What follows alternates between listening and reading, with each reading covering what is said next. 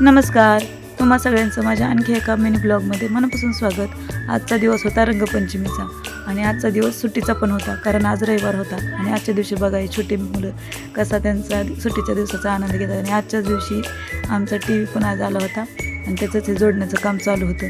त्यावेळेस बघायचं कसं खेळायचं चालू आहे. आणि आजचा दिवस हा जागतिक महिला दिन म्हणून सुद्धा ओळखला जातो, कारण हा दिवस महिलांचा आहे. आणि यासाठी मला पण ह्यांच्याकडून ह्यांनी आम्हाला पार्टीसाठी बाहेर नेलं होतं, कारण हा दिवस आमचाच आहे, म्हणजेच आपल्या सगळ्या महिलांचा आहे. तर आजच्या दिवशी यांनी आम्हाला पार्टीमध्ये खायला घातलं होतं चायनीज. तर हे बघा छोटे पार्टी कसे त्यांना खूप आनंद झाला आहे बाहेर आल्यामुळे. आणि इथं बघा जेवणाचा आनंद घेत आहेत. हे जेवणाचा म्हणजेच काय राईसच होतं, त्याचा आनंद घेतला. आणि त्याच्यानंतर आम्हाला आणखी एका कार्यक्रमाला जायचं होतं. तो कार्यक्रम होता सांस्कृतिक कार्यक्रम.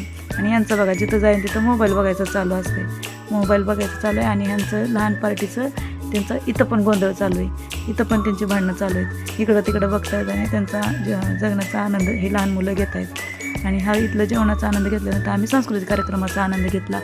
इथं कन्याशाळेतल्या मुलींचा डान्सचा कार्यक्रम होता, म्हणजे सांस्कृतिक कार्यक्रम होता.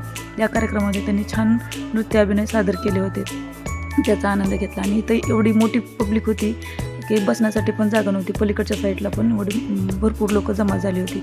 आणि लांबच्या पब्लिकला चांगल्या प्रकारे दिसावी यासाठी मोठी स्क्रीन पण इथं लावलेली होती, जेणेकरून लांबच्या पण लोकांना आणि जवळच्या पण लोकांना चांगल्या प्रकारे ते दिसेल. तर अशा प्रकारे जागतिक महिला दिन आम्ही साजरा केला. आज आमचा 8 मार्चला TV पण आल्याने आजच्या दिवशी माझ्या गाडीला बरोबर 1 वर्ष पूर्ण झालेलं आहे, माझ्या स्कूटीला. त्याच्यामुळं हा ब्लॉग तुम्हाला कसा वाटला ते नक्की सांगा. बाय.